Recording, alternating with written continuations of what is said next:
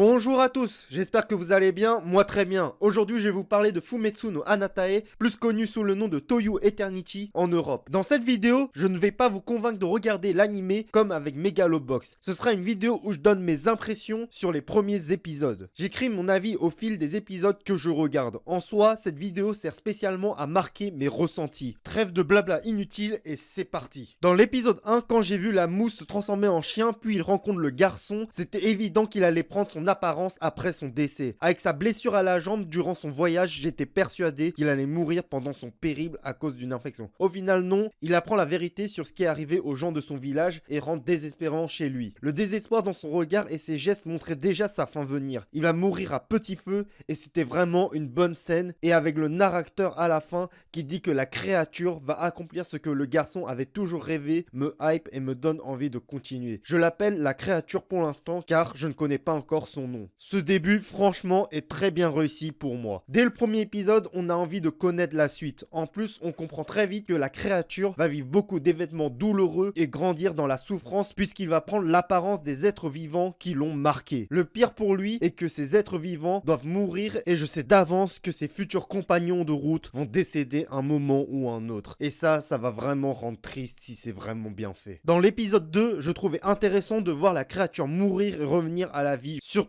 après s'être fait dévorer par l'ours géant. Selon moi, c'est une scène qui peut facilement être marquante. L'immortalité est souvent convoitée par l'homme, mais avec cette histoire, nous pouvons voir la souffrance qu'engendre cette faculté. Sinon, c'est aussi divertissant de voir qu'une gamine soit aussi mature. March a vraiment une très bonne compréhension de la situation et elle a décidé de se sacrifier pour sauver son ami et sa sœur. C'était vraiment fun aussi la scène quand elle nourrissait le MC comme un animal de compagnie. Le plus drôle reste quand la créature pique le fruit de March. La scène suivante quand le MC se retransforme en loup et combat l'ours était vraiment kiffante. J'avais trop espéré le voir devenir petit à petit un ours et l'éclater. Au final, il a juste arraché le nez et l'a signé à mort. Ce combat était bien, mais j'étais quand même un peu déçu de ne pas voir ce que je voulais. Je rappelle ici aussi que March, de base, elle devait être sacrifiée et se faire dévorer par l'ours. Mais la réaction de l'autre fille et des gardes nous fait également comprendre que le monstre et le rituel étaient en réalité une histoire fausse. Puis elle est peut-être devenue une réalité à cause d'une anomalie, et je pense que cette anomalie est bien entendu l'MC. Je déduis que l'arrivée du MC sur Terre en est la cause. Après, je peux avoir mal compris l'histoire et qu'en fait, ce n'était qu'un ours blessé. C'est dans l'épisode 4 qu'on comprend aussi pourquoi Paloma veut à tout prix aider March. Parce que sa sœur aussi avait été choisie en tant que offrande à l'ours. Elle ne supportait pas à l'idée qu'on vole le futur d'une enfant. Et franchement, ça m'a fait grave apprécier son personnage. Et le truc que je trouve dommage, c'est que je prédis déjà sa mort. Je suis sûr qu'elle va mourir. Et ça, franchement, ça va me rendre triste. Parce que franchement, c'était un bon personnage. Et c'est aussi dans cet épisode-là qu'on apprend que la tradition de sacrifice était vraiment bidon. Et ça permettait surtout au pays de Yanome d'envahir les terres des autochtones. Ça me fait surtout penser au Japon moderne qui commence à dominer et à coloniser les terres des Ainu. Je ne suis pas un expert de l'histoire du Japon, mais grâce à Golden Kamui, j'ai appris des trucs du genre. C'était vraiment intéressant et je recommande le manga. De mémoire, les loups et les ours sont des animaux assez importants dans la croyance des Ainu. Donc oui, je pense que l'auteur a fait des références à ce peuple. Pour l'instant, je trouve que l'histoire de Fumetsu no Anatae est vraiment bien écrite. Quand Fushi dit pour la première fois merci, ça me fait trop rappeler la planète des singes quand César dit non pour la première fois. Sinon, la suite semble vraiment prometteur, surtout avec Fushi qui se fait enfermer et se fait attaquer par des prisonniers. Il commence à apprendre des mots plutôt douloureux et négatifs. Comme je le disais tout à l'heure, j'apprécie vraiment le personnage de Palona. Elle fait vraiment tout pour sauver March de son triste destin. J'ai vraiment hâte de découvrir la suite et si l'envie me vient, je ferai peut-être une vidéo où je donne mon avis sur le reste de l'anime. Pour l'instant, je préfère rester sur les 4 premiers épisodes pour que la vidéo ne soit pas trop longue. Après, je peux toujours discuter de la suite en commentaire, donc n'hésitez pas à m'écrire. Voici un message du futur moi qui a commencé à lire les scans. Dans les 4 histoires que j'ai lues jusqu'à maintenant, c'est l'histoire de Gugu qui m'a le plus touché. L'histoire de romance entre lui et Lin était vraiment touchante et elle était trop bien écrite. C'est pourquoi je vous conseille le manga et l'anime. En plus, le truc qui est bien, c'est que l'anime est totalement fidèle au manga. Vous pouvez reprendre de là où vous êtes arrêté dans l'anime en continuant directement avec le manga. C'est exactement la même chose. Merci d'avoir regardé la vidéo jusqu'ici. Je suppose qu'elle vous a plu car vous êtes encore là et n'hésitez pas à donner votre avis dans les commentaires. Si vous ne voulez pas manquer mes prochaines vidéos, abonnez-vous et ça me fera grave plaisir. D'autres vidéos du genre sont en cours de production. Je vous dis à la prochaine, c'était Nanashi Hachinyuroku, à plus.